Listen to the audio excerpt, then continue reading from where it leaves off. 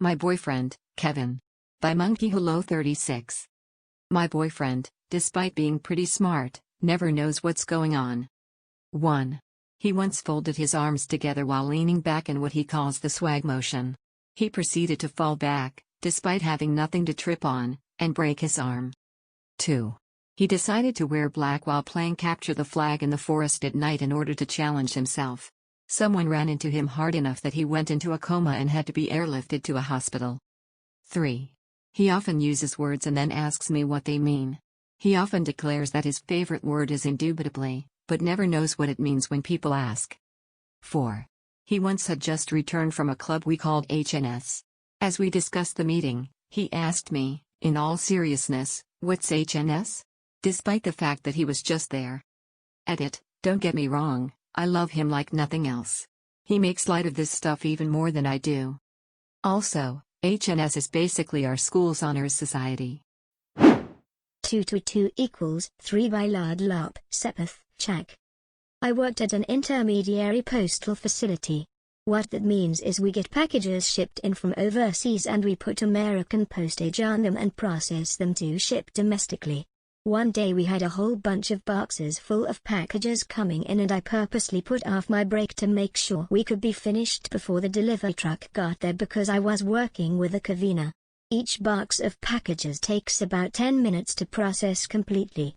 There were 2 boxes left and about 40 minutes left before the truck came, so I decided I could finally take my lunch break, at maybe 2 o'clock-ish, and she could handle it. I come back and she hasn't done a damn thing.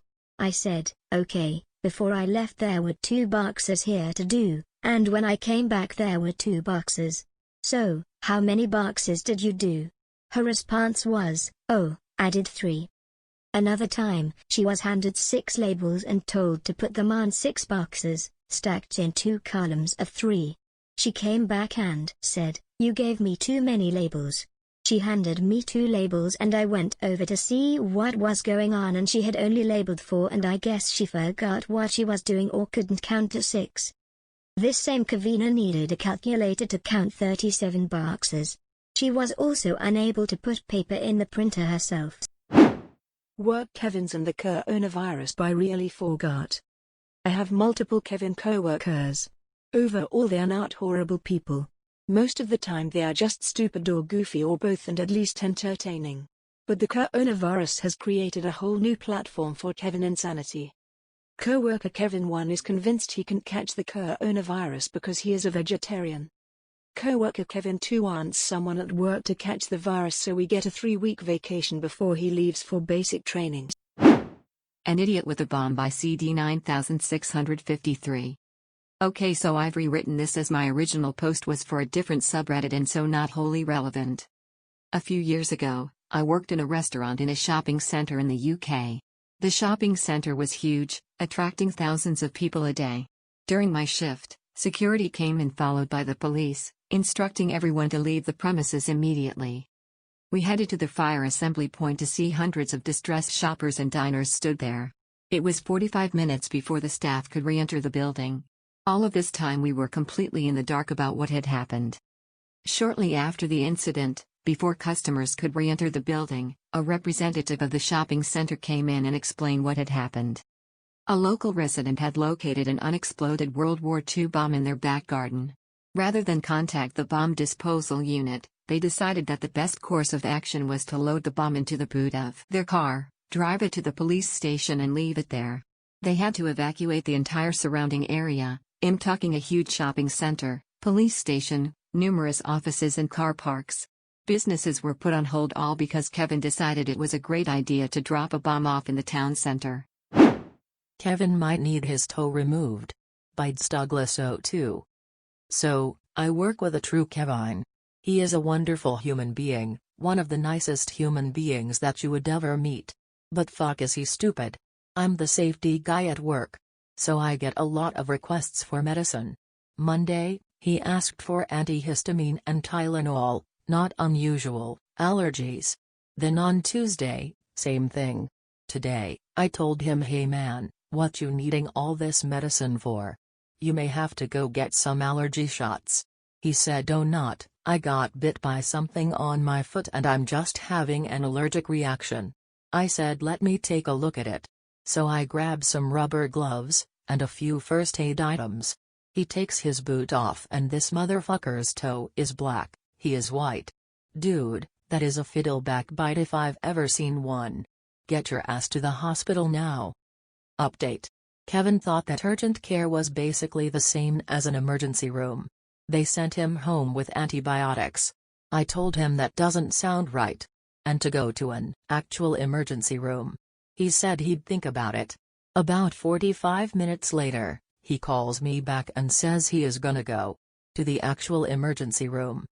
Update, he went to the ER. They admitted him into the hospital. Put him on an IV drip and they're about to send him home. They're going to schedule surgery where he will definitely lose part of his toe. So I send him our HR rep's number and say to call her so he can set up short-term disability. In true Kevin fashion he says oh nah, it'll be fine. Bro. So I tell HR to call him just in case he doesn't call them. Kevin, free meals and the unconverted priest.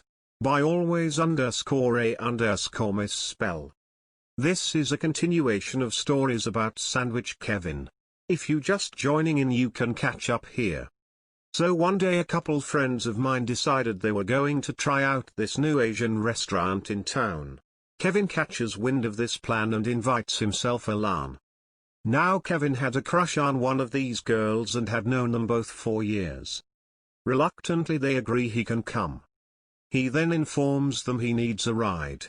This wasn't a small ask since he was way out of the way. They reluctantly agree again. Well, they all finally get to the restaurant and Kevin orders the largest most expensive item on the menu. He was known for his appetite, so not too surprising. They all finish up and when the bill comes the two girls pull out their cash and ask Kevin if he had a card or cash. Kevin then says I don't have any money.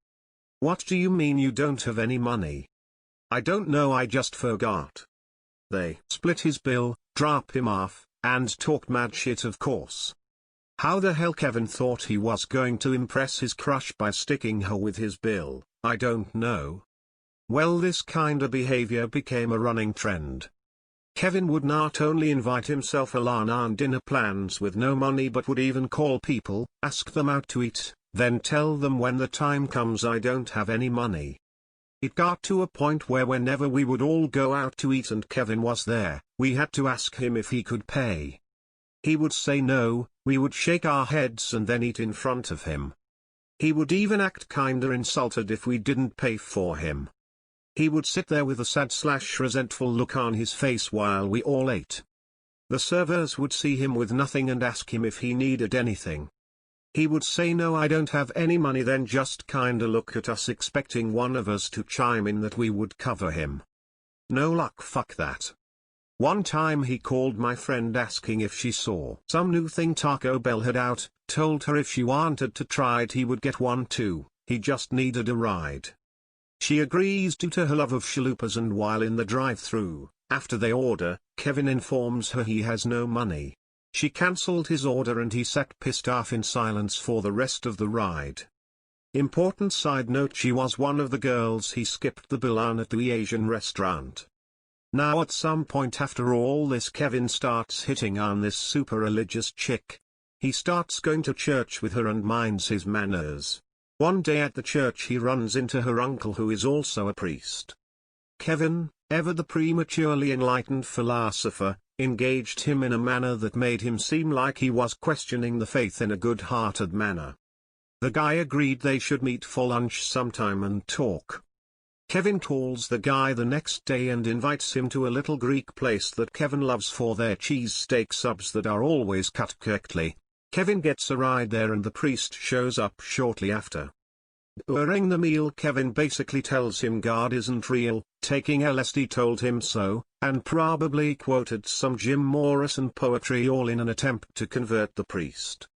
Whatever he said, it was obvious that it was offending this guy. By the end of it Kevin said the guy wasn't even talking anymore, just kinda sitting there, red in the face. Then the bill comes. Kevin tells the priest he has no money. Kevin tells the priest he also needs a ride home. So basically this priest was lured into what he thought would be a light-hearted religious debate with a fellow believer, had his religion insulted, was tricked into paying for this guy's meal, and is told he has to give him a ride home. That priest was a better man than me because he paid for that meal and gave Kevin a ride home. Completely silent the whole time. The girl Kevin was hitting on never talked to him again. Kevin was banned from that church. Kevin loves to tell this story as the ultimate victor of beating this man in religious debate and getting a free meal and ride out of it. Kevin the cheater gets caught by Kevin the company by PM_me_Zaya_porn. Kevin, whose real name I won't share but is easily Googleable, is one of, if not the most infamous cheater in competitive Magic: The Gathering history. Kevin has been banned multiple times for cheating, all for definite amounts of time. Each time he has come back, he has gotten banned again for cheating. The Magic community is furious at the parent company, Wizards of the Coast, because they will not ban Kevin for life.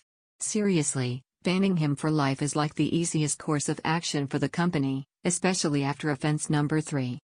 Kevin has been doing his best to repair his reputation, going so far as to giving a lecture to a group of judges, referees, on how to catch cheaters. The following week, Kevin gets caught for cheating at a small event. Kevin is immediately banned for life, as Wizards gleefully takes its opportunity to rectify its past incompetence. Oh, Kevin, you're the most scrutinized player on the face of the earth. Just, don't do the thing. Kevin's business card by The-Deflator. All Kevin has ever wanted was to work at Apple. He has applied and even has gotten interviews but didn't get the job for what he believes is not knowing someone that works there. At his work, repairing screens, someone from Apple came in. They were talking and the guy from Apple told Kevin that he would recommended him for a position and to write down his information. Kevin then grabbed one of his store's cards and wrote, "Kevin." Didn't leave a last name, didn't leave a phone number, just wrote his first name on it. He didn't get the recommendation. Kevin doesn't know what a curfew means by adriator. Howdy Slims. It's been a few days since I last posted. As usual, you can find the list of my stories here. Context: a 17 to 5 curfew, police hour, has been established in my country since March the 16th. Police and the military are patrolling the streets and arresting/fining anyone in violation of the curfew. Kevin, who doesn't usually leave his house before 21 hours anytime we go out, every time I asked him if we should go out earlier, he refused, sends me a message at 16:50. Kevin, so, wanna go out later to the city? We live in the suburbs. Me, what? Kevin, it's almost 17 hours. There's a curfew. Kevin, huh? Me, you know, the coronavirus outbreak? The world pandemic? Kevin. Kevin, is that a yes or a no? Me, no. Kevin's new bike by Vexsei. This Kevin was one of my girlfriend's WoW friends. Their birthdays were 9 days apart and he asked to come visit us to celebrate them together. She agreed. Then, his 2-week visit was him showing up 6 weeks early on a one-way ticket to look for work here and move into our area. But, that is another story. Kevin had lost his driver's license back where he was from and was unable to drive, so he decided to buy himself a new bike here. My GF took him to the local Walmart, about 3 miles away, to make his purchase. After buying the bike and discovering the tires were not aired up well enough to ride it home, and it wouldn't fit in either of our cars, they came home and we took him back up with a small, portable air compressor I kept in my trunk. We get back to the Walmart and I fill his tires. He starts patting down his pockets and announces that he doesn't have the key to the chain he locked it up with. I ask him if it was the key on the table in the kitchen, and he tells me, no. I had it in my pocket. I look at him, because he had on shorts and flip-flops when he bought the bike, and changed into jeans when he returned home, before going back. I sigh as he declares, I'll just have to get it tomorrow then. I get home from work the next day and ask the GF if she took him up to get his bike. She tells me that she had been waiting all day for him to get up, and eventually has to leave for work at 4 p.m. I finally take him up and point out a side road he could go down to avoid a bit of traffic on the main road. He tells me he's just trying to pay attention so I don't get lost. I respond with, "Okay, forget that, main road, straight shot, turn at the CVS and you know the way from there." I drop him at Walmart, watch him unlock the bike to ensure he brought the key this time and head home. I get home and my 10-year-old comes from Grandpa's next door to greet me and we talk for a bit before going inside. I start cooking dinner and she comes to help. After the burgers are done and the fries are in cooking, I go and do a quick Google search. Step back into the living room and ask her how long we should give him before we get concerned. She looks at me puzzled. Well, Google says it's a 21-minute bike ride from Walmart. How long has it been? An hour. She looks at me, smiles and says, "Let's give him till the fries are done." Fries are done and I make each of us a plate of dinner. My GF calls me on her break at work, and I run through the same spiel with her. At this point, it has been an hour and 20 minutes. I tell her, there were sirens about 45 minutes ago, maybe he got hit by a bus. Not that I'm hoping. Or maybe he's nearly to, deleted location / by now, like, I don't remember passing a casino on the way to Walmart, oh well, or maybe he's halfway across, deleted city name / by now, like, I don't remember riding a ferry to Walmart, oh well. She asks if I've tried calling him and I tell her, no, I don't have his number, and quite frankly, I don't want it. She calls him and texts me that he's now about a block away from home. I sit in my office, enjoying my dinner in front of my computer when I hear Kevin coming through the front door. He steps into the office behind me, breathing heavily, like someone who had just run a wind sprint. I turn in my chair to see he's soaking wet. Did it start raining? No. I went to where the bay ends, where the water just stops. I look at him confused and he tries to show my on the map still up on my screen. I see where he's talking about, and say, you went down, deleted / road. Yeah, you could take that straight to the CVS as well. No, I went down and along the beach of the bay. I am now really confused, the bay doesn't have beach the whole way around. Kevin triumphantly declares, yeah, when I ran out of beach I had to walk my bike through the bay. There was a point where I found a flat spot to ride on, but misjudged the depth of a drainage ditch and nearly wrecked my bike, and almost broke my leg. I just look at him, confused and slightly amazed at the level of stupidity. You have, like, zero sense of direction, do you? I do, but I don't remember roads, I just know what direction I have to go, and try to follow the roads that probably lead that way. Do you remember me driving through the bay to take you to Walmart? No.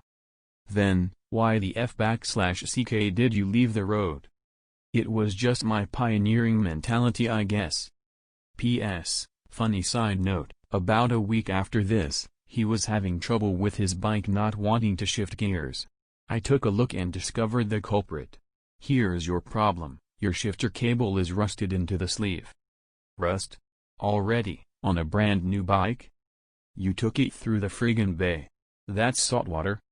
I didn't know it was salt water, or what it would do to my bike. Evil Kevin uses unlimited data by popelizbet. I am a domestic violence lawyer. As a result, I see many evil Kevins, whose idiocy is mixed with malice. I enjoy defeating evil Kevins and sharing redacted stories of their evil Kevinhood. This evil Kevin was exceptionally evil. A meth-addicted felon, he had a cache of illegal firearms and a fondness for trapping small game, which isn't bad in and of itself, unless you're Kevin and slaughtering them in front of a very small traumatized child.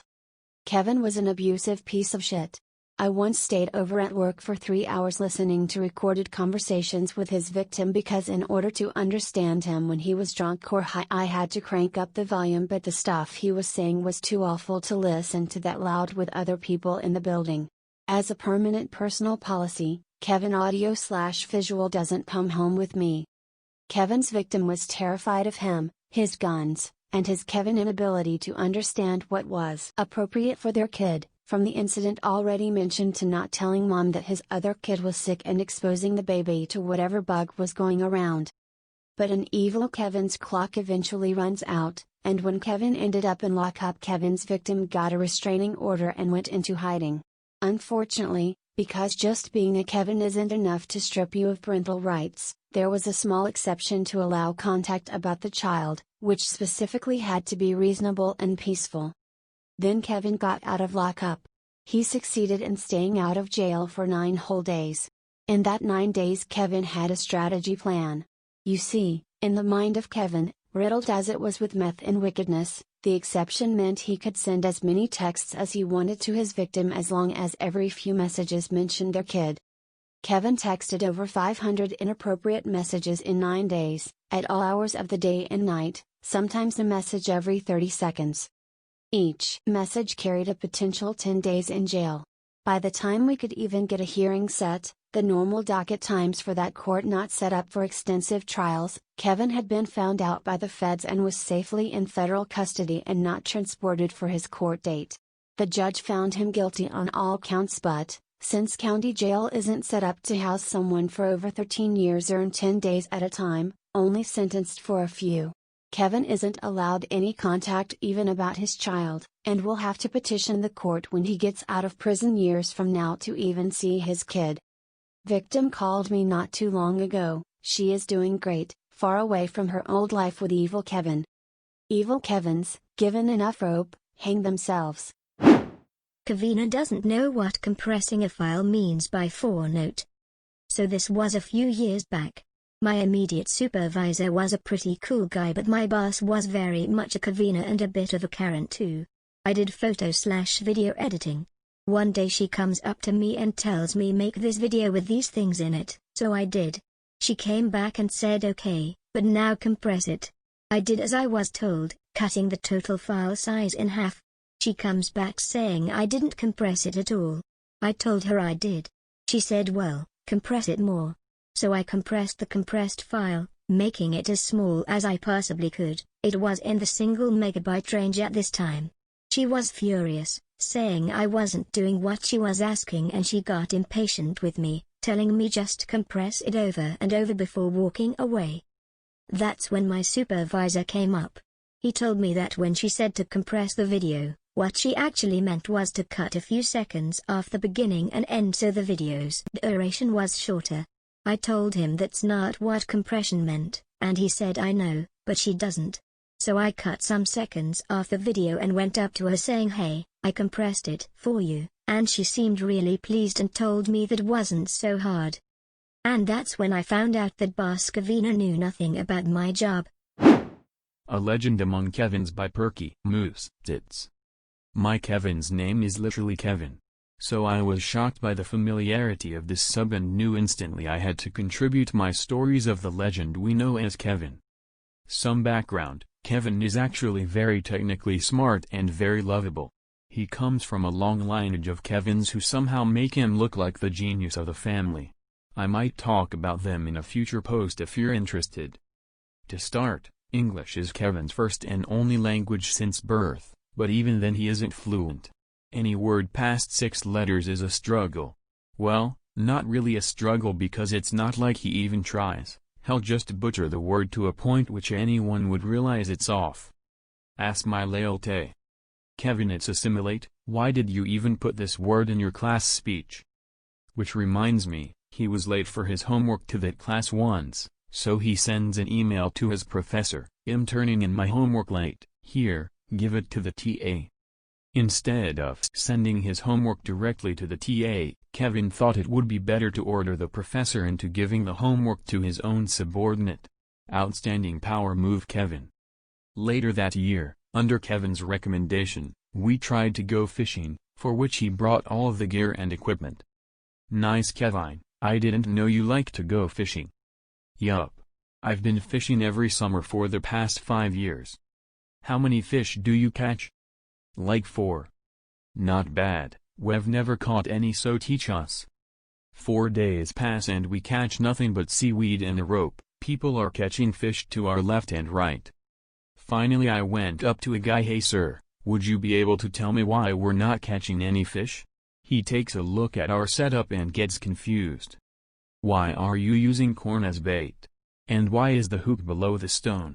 You'll drag your hook to the floor. Kevin, who taught you how to fish? I saw this one hobo when I was in. Oh my fucking god, and you catch 4 fish a trip like this? Oh, well no, 4 fish total. That's right, in 5 years of fishing he caught a total of 4 fucking fish and thought there was absolutely nothing wrong with that. Which, in retrospect, makes sense since I knew he went 25 years without noticing his fierce dyslexia. Milk, Wani. It's Milwaukee. Kevin, where did you even get the N? Kevin, do you think you might have dyslexia? After 2 years of suggesting it to him, he finally gets diagnosed and says, guys, it turns out I have dyslexia. No shit, Kevin. And yes, that wasn't a mistake, he actually did pronounce it dyslexia. But it isn't just lack of common sense, there's also his staggering social ignorance. While studying together, my friend, who is herself Nigerian, asked Kevin if he liked her other slightly darker friend. No, I don't like her, she looks like a monkey. Oh fucking Christ, Kevin. Thankfully she knew Kevin was just, well, a Kevin, and not outright racist. We grilled his ass for hours on why he can't just call black people monkeys. I didn't think he'd ever need to have that conversation with a grown adult. These are only the things off the top of my head. There are many more bizarre Kevin stories that I just can't recall right now. I'll try to remember and edit them into this post, or make a new one if there are too many. They gave Kevin live weapons by Acylion. In Singapore, all guys have to do mandatory military service, or some other uniform service, like the police. But Kevin joined the army. Kevin was in my training company. We figured out very quickly that Kevin would be trouble. He didn't salute a senior officer passing by our company line. The officer was polite about it, at first. Aren't you supposed to salute me, recruit? Kevin stared back, blankly. It got awkward. Kevin claimed it was dark and he couldn't read the rank insignia. Since this happened in broad daylight, we figured Kevin just never learned how to identify any officer higher than captain. Kevin had problems operating equipment. Not just military equipment. Even stuff like gym equipment. We had a full safety briefing before they let us work out. He still tried to ride a weights machine like a horse. Kevin managed to lose his rifle. This was a big deal. He could have theoretically been charged and locked up for that. To his credit, Kevin understood he'd fucked up. So he solved his problem by taking someone else's rifle, which made some poor other guy think he'd misplaced his weapon. Now, rifles were numbered, but it was a while before we figured out which weapon was really missing, and what Kevin had done. After an initial confinement period, we got to book out of camp every weekend. Assuming we didn't fuck up. Kevin was usually stuck in camp. I don't know if he ever got a free weekend. On the first day of live firing at the range, our first day with actual ammunition, Kevin pointed a loaded weapon at someone. Apparently someone called his name, and so he turned and. On the second day of range, Kevin was part of the group of recruits waiting for their turn. He was standing in the lane, behind the soldier actually shooting at the target. At this point, the ranger's PA system crackled, and the order came for firers to arm and ready. Kevin freaked out. He pulled the charging handle on his rifle, lifted his weapon to standing shoulder position, and took aim at the back of the guy in front of him. He didn't pull the trigger, of course. Nobody was hurt. But there was a lot of yelling. As was usual with Kevin.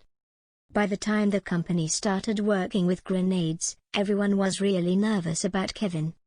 With a mighty heave, Kevin threw the safety ring, what you might know as the safety pin, and took cover behind the barricades with a live grenade. Thankfully, he still had a firm grip on the lever, so the grenade wasn't in immediate danger of going off. But this didn't particularly reassure anyone. Picture an entire company of recruits taking cover. And a bunch of fully equipped men make a lot of noise when they dive, face first onto solid concrete, adopting the position they'd been drilled to take in the event of enemy artillery strikes or Kevin. Kevin finally realized what he'd done, after a few long seconds of everyone hugging the earth and red-faced instructor screaming at him. "Oh," Kevin said. He stood up, threw the grenade, took cover, and began counting out loud as per procedure, as if he hadn't done anything wrong. Just, playing it cool.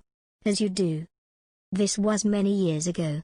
I don't know where Kevin is now, and I don't know what vocation he ended up in, but I hope his reservist unit doesn't put him anywhere near actual weapons. Mama always told me you can't argue with stupid. By ChibiLlama. She was right. So this Kevin is a coworker of mine. He's exceptionally loud whenever he spouts off, and yesterday, I had the unfortunate pleasure of working next to him. Next thing I know, he's proudly yelling that he wants our state governor to be shot in the head. First of all, talking politics is frowned upon at work, so I just say to him, let's maybe not talk politics at work, okay? I wasn't part of his conversation before, but everyone around was clearly uncomfortable with the comment. Instead, he decided to change the subject to COVID. Not much of a change, obviously, but here we are. I hope I get COVID. I got the flu once, it wasn't that bad. I just wanna prove to everyone that it's not a big deal. He continues from here. Did anyone here actually lose someone to it? No. Of course not. Because nobody is actually dying. The flu kills more people a year, this whole thing is bullshit. So, I asked him where he was getting his news sources. I don't watch the news, it's too depressing. He declined to actually tell me his sources. So I just try to tell him about the statistics and how the statistics are often not reflected by your personal experience, but just because you haven't witnessed it personally doesn't mean that they aren't accurate. No, my personal experience is all I need to know. Good job, buddy. I dropped the conversation here. I am upset that he has already procreated though. DLDR, coworker wants to get COVID to prove a point. The Kevin Outbreak. By CrazyCoKids. I work in a place that is one of highest restaurant-to-house ratio in the world. Despite this, everyone only seems to want to eat here, and we are evidently the only place open between the hours of 2 to 4, especially on Thursdays as we always are lined to the door. And sure enough, we have an outbreak of monovirus, Kevinizing fasciitis, brain worms, and Keviform encephalitis. Because many of these people are DUMB. Within literally 15 minutes, I had to explain that this is not McDonald's, so we don't accept their coupons. We don't even sell burgers, WTF. Explain that parking citations are not a valid form of payment. Explain that the turkey sandwich does not have pork. Tell people that vaping is included in the ban on smoking indoors, as said by the sign not less than a foot next to them. Had a Kevin try to get into the bathroom when I was in there by repeatedly trying to open the locked door and didn't seem to realize what a locked door means. On many days I wonder how these people make it out the front door in the morning. Highschool Kevina writes a paper in wrong language by Dom990. I'm Croatian. Serbian and Bosnian languages are similar, but when it comes to grammar, and a lot of vocabulary, it's different languages. Not to mention how different they are to native speakers. Someone just learning could maybe get a pass on confusion. Kevina was born and raised in Croatia by Croatian parents. We had to write a paper where it was expected we do some research. It was our junior year. Kevina submitted her paper fully copy-pasted from random website, in Serbian. With her grammar mistakes and misspellings and all. Theme, you may ask? Book that was assigned by a teacher who thought that class, Croatian language class. Another story about the watermelon cker by Nootnootordermormon. Content warning, injury, watermelon sex. So, in my last post we covered the worst and most interesting tale of Kevin, the watermelon fucker. TL, doctor, on a Boy Scout camp out he decided he didn't like being teased by a troop near us, snuck into their camp, and filled a watermelon with his seed in a bizarrely poetic juxtaposition. This is a shorter story. So, as mentioned in my previous post, my dad is a doctor, specialized in emergency medicine, and formerly Mormon. In our church congregation, He would see certain members for free if he knew they didn't have the means to go to a regular doctor. The conditions were always that it had to be something he could treat at home, so our worst home cases from ward members were dislocated digits, broken noses, and cuts that needed sutured. Melonballer Kevin was a frequent flyer at our house. He had bad ADHD that I would characterize by his inability to control his impulses. He just did dumb shit all the time. It was an odd month if he wasn't at our house for something, usually a broken finger or a skinned knee, nothing bad, just stuff that needed splinting or disinfecting. About 1 to 2 times a year he'd need stitches, and about once every other year he'd break a bone. I'd have suspected child abuse, but there were always numerous witnesses to his being a dipshit, and oftentimes they weren't family, so the idea of it being a child abuse cover-up seemed unlikely. Anyways, onto this story. Melonballer Kevin had been coming over to our house before school for a few months before this happened. We would ride our bikes to school together and make sure we were all safe and shit. Good times. It's important to note that our home was purchased from previous owners, so we didn't build it. This is important to note because the previous owners had done something in the backyard that involved a metal pipe being set into a cement section of the area around our pool. Whatever that pipe connected to had long since disappeared, but the pipe was hella sturdy and also filled with concrete, so attempts to remove it didn't go over well. Melonballs knew about this pipe, seeing as he'd stubbed his foot on it about 100x already that year. It was hard not to be honest. The pipe was right in the middle of prime foot stubbing territory. It was next to a swing set my dad had built, and close to a basketball hoop and our pool, so the main attractions of our backyard all passed by that damn pipe. After a while, my dad got sick of it. He knew it was going to be a pain in the ass to take out, but he decided he was tired of everyone hitting their foot on that pipe, and action needed to be taken. While he talked to some contractor friends of his about what tools might be good for getting rid of the pipe without destroying our yard, he decided that he would do something proactive. He bought a Nerf football, cut one of the little end tip thingies off, then cut a small hole in the middle that the pipe could fit over. He then fit the football over the pipe. To reiterate this, a mutilated Nerf football was now covering one of the most infamous things in our backyard, something that Monsieur Melons already knew about. Cut to the next Monday. Kevin Melonfucker was at our house, and he lays eyes on the perfectly set up football. No mind that it's not propped up by anything visible, no mind that he stubbed his foot on the pipe that ball is covering about 1,000,000 times, no mind that an end nub of the football is missing. He sees that thing standing upright and goes, I have to kick it. So he does. Rushes at it, foot arching back for a kick that would surely send the Nerf ball into the neighbor's yard, hell, maybe further. My dad was outside cleaning the pool and sees this happen in slow motion. He turns to yell at Kevin, but it was too late. Kevin smashes his foot into that solid steel, cement-filled pipe with all the force his little 12-year-old body possessed, and then immediately flopped on the ground and began to scream. Dr. Dad rushes over to attend to his injuries, and after some examination he says he thinks Kevin broke some toes. He sends Kevin to one of his clinics after school for an x-ray and, lo and behold, Kevin has broken 3 of his toes on that pipe. His parents weren't even mad. All my dad did was mention that he covered the pipe with a Nerf football. His parents, who had been to our home far less often than Mellerman, knew immediately what pipe he was talking about.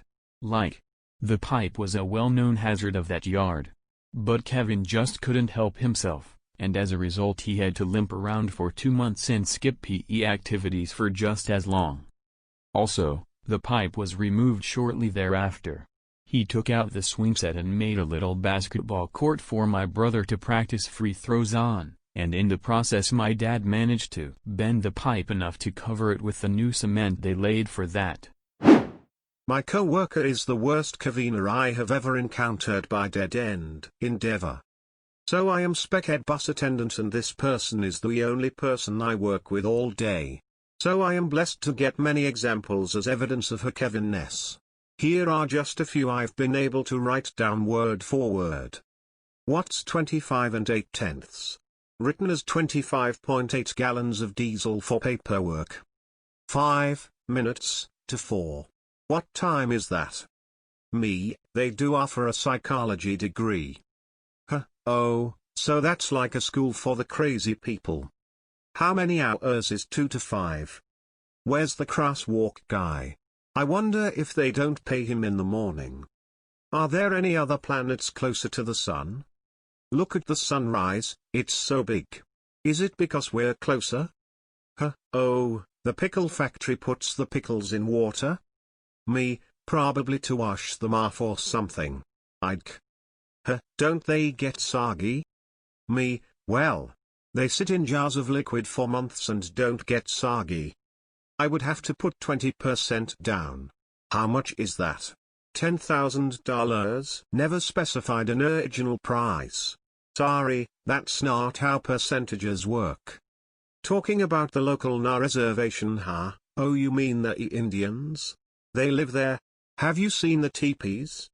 There are many, many more. We are only 3 months into this school year and I'm not sure how I'm going to survive until June. A story of a very bad misquote by karrotdunncold.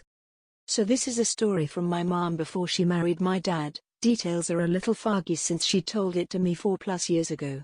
They were dating at the time and living How I Met Your Mother style with a bunch of friends.